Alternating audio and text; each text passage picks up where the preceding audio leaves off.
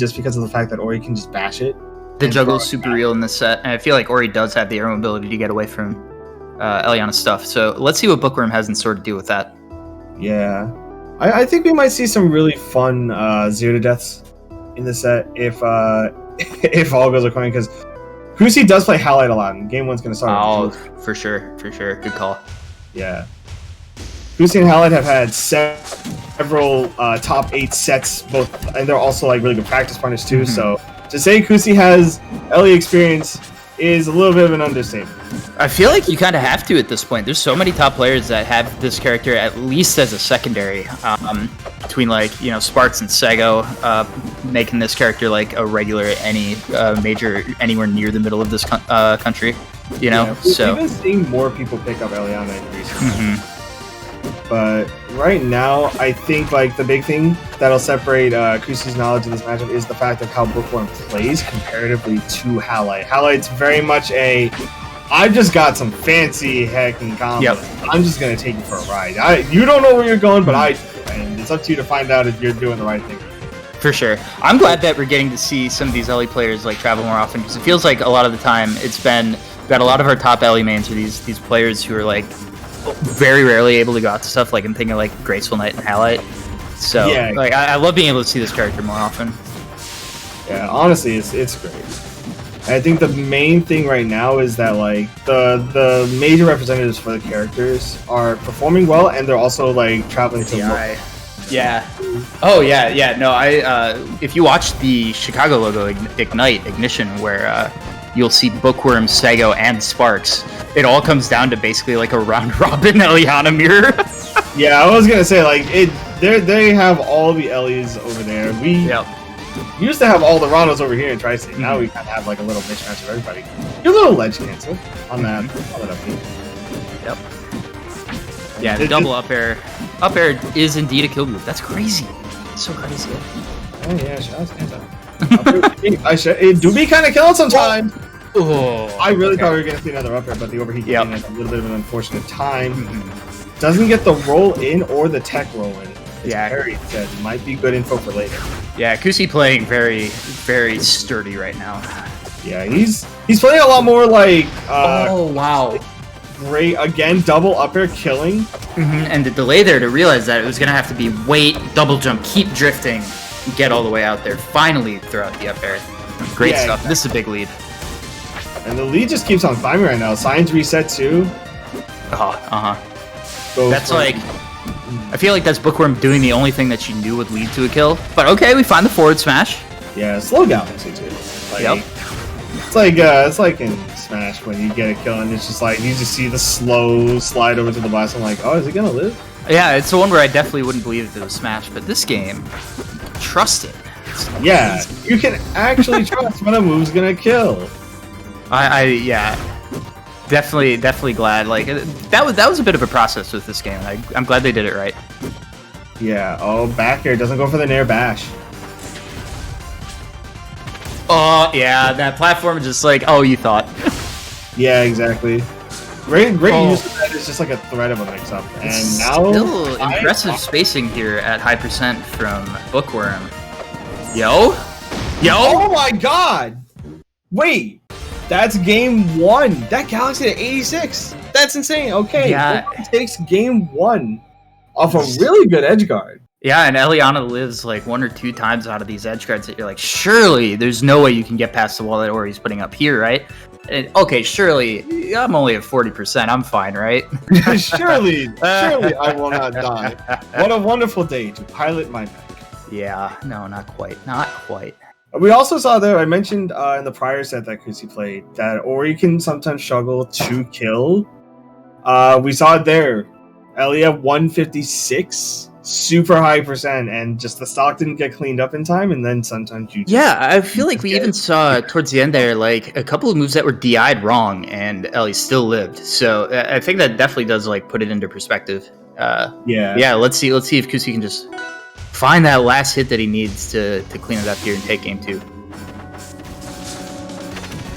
Rockwell's an interesting choice. I think it'll honestly, like, it's scary as Ori because you're already because of this. Because of this. Yeah. Because of that. Ooh, dead at 48. Yeah, she did the thing. Yeah, Show don't tell. Yeah, exactly. Me and trying to explain why this will be bad. Bookworm. No, you've asked for an example. I have one. Yeah, by the same token, like up air, bash, both problems. Technically, only technically alive. Yeah, that was pretty much a co-confirm right there.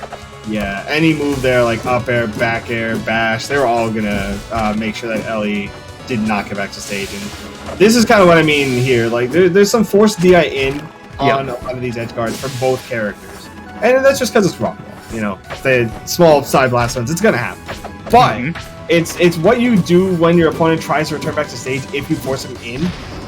Oh, interesting. I couldn't really see what happened defensively off stage there, but either way, Kusi definitely read something and was correct. Yeah, I think it might have been a third up air, but with a little bit more DI out. There was delay though, wasn't there? Yeah, there was. There was an air dodge into the up air. So there was double up air dodge. Good so stuff. I think the air dodge might have like mixed up Bookworm just a little bit. And if I was Bookworm, I definitely would have been thinking that Kusi was going to be able to stay out there that long. So excellent stuff there. Yeah, or at the very least not reach, you know. But again, like sort of the crux of being a large character, you are more vulnerable to being comboed by by other. You need this. Okay, great. 64. I mean, it's tough, but honestly, it's kind of like what we've been talking about. I feel like part of the scariest part of this game for Ellie is, do you survive this specific interaction, and she's okay, and now it's going to be much harder for Kusi to make it happen. But again, like, even there, that had to be a read on the positioning and the timing-based stuff. That's just a really good play from Kusi. It's not like that was, hand-delivered to him there. That's good stuff. Yeah. Because we saw it didn't actually work as well on the right side just a few seconds ago. But on the left side, there was better stage positioning for it. But game 2, going to Kusi, one apiece now. Going game 3 to Merchant Port, which is a larger stage. I think, in theory at least. Ori just gets more room to run around and do the Ori things where they are able to cover a lot of space with a lingering hitbox like forward air and nair, or like a short out back air. They're able to sort of like approach with that space. Yeah, platform resets are scary for both sides too. This should be a good one. Yeah, exactly. Also, like, it does mean that Ellie will be probably using Missile maybe a little more as far as like poking, doing some careful zoning, just to make sure that they don't get too messed up. They can keep Ori out, like, to some degree. As I say that, like, Bookworm comes right down with a down air. Oh yeah, big time stuff there. 57 off the bat. This damage, it just feels so much more valuable for Ellie. Yeah. Oh, the nair miss. Yeah. Like, could have had an up tilt, I think, but that's such a scary commitment. Yeah. It is interesting though. It does really feel like that nerf to up tilt has really changed the way that the Ellies that I've seen, even just today, are playing. Is like, it felt like for a while it was really revolving around up tilt in the corner. Yeah, it kind of was for a while, just because of the kill potential. It was so good. It really was. It did, in a lot of cases, really invalidate a lot. There's the upgrade. Very nice. Yeah, super good double up air. But like the new changes to nair, new changes to fair have made things a lot better. Bookworm in general, she's more of a neutral-oriented Ellie. The punish is still really good, as all Ellies have like a really good punish game.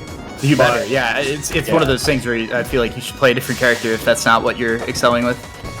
But in this case, like, she plays a lot more neutral. She looks for habits. Oh yeah, very much like a knowledge beast. Yeah, and like just like making sure that the movement is good enough that like she can lock you down. Exactly. Oh, sad. Yep. And that nair actually pushed that cloud out there too. Yeah, but good awareness from Kusi to actually DI into the steam, because he could have DI down or up and maybe sure. There's a dodge advantage. But I do want to touch on what you mentioned before. There is a sort of like damage, like sort of investment, like you mentioned. Okay. Like the damage that Ellie gets on Ori is definitely better than like the damage Ori will get on Ellie in that same vein, because Ori has to do like a bit more damage work in order to clean up the stock. Yeah, it would have been pretty scary there had the neutral or not crossed up the DI to take the second stock. But yeah, Yeah, Right, here we go. Last stock once again. These two are giving us some really good games.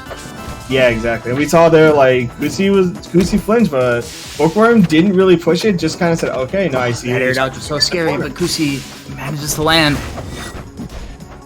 Oh, goes over the orb with a missile and drops in with an air. Great stuff. That little timing mix-up with the fact that the first missile broke the mine. Yeah, okay, good momentum cancel with the air dodge.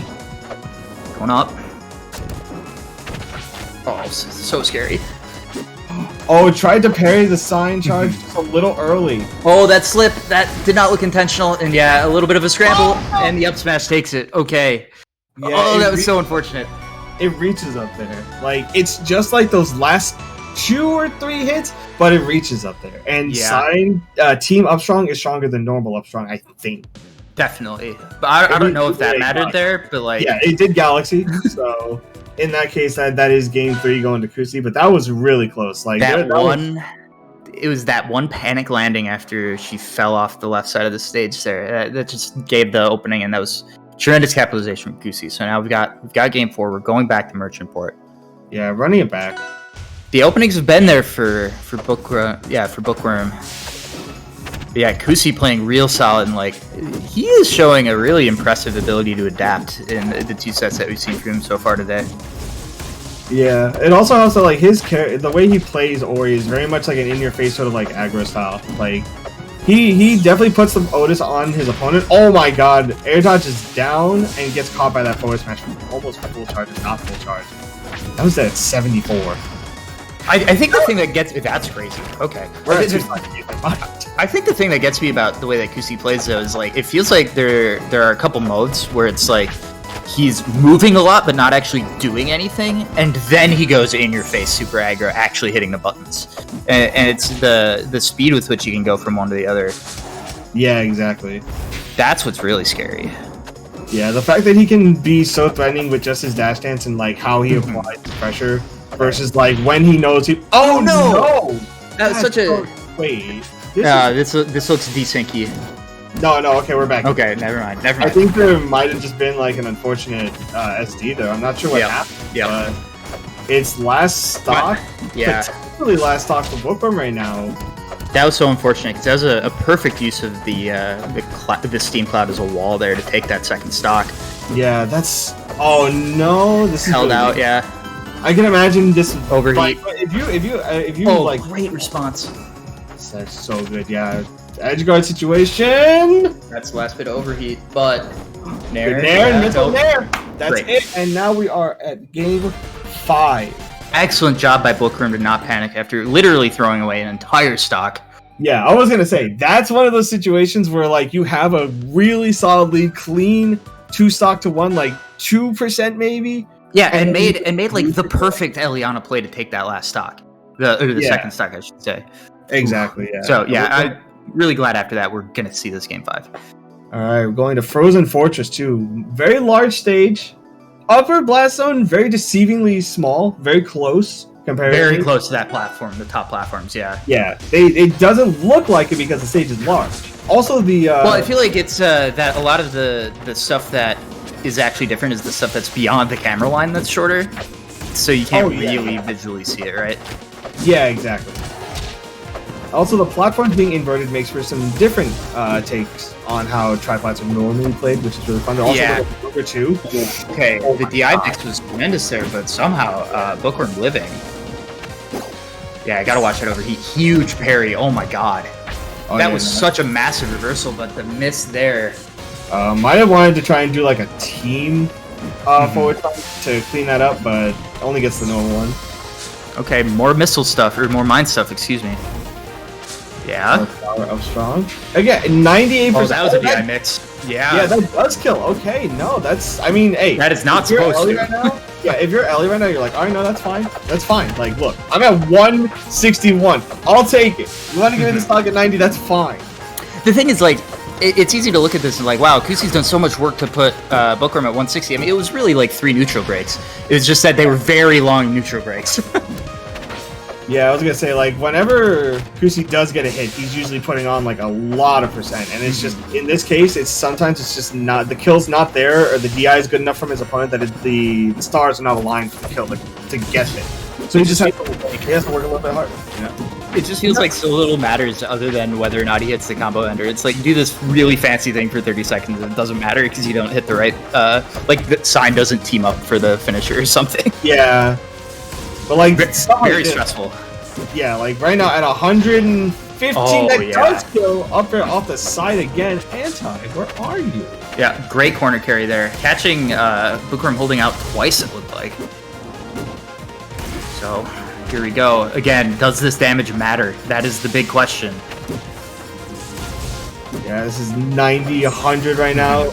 Oh, yes, it does. Okay. Falls into the up strong, and that's going to be doing it. Kusi taking it 3-2 over Bookworm. Taking Kusi and Penguin both to game 5 is incredible, and ending her run at 5th place. Yeah, I mean that's not a small feat. There's some huge upsets before, right? I mean, they're all kind of blending in together for me at this point with all the upsets that have happened today. Proto, you have Sego, you have ZB, and again, like the losses that you have in top 8, like Kusi and Penguin are not anything that you're going to be too upset about, at least in my opinion. Yeah, and I thought I saw that Bookworm got, what, top 16 at Heatwave, something like that? Yeah, so I believe she got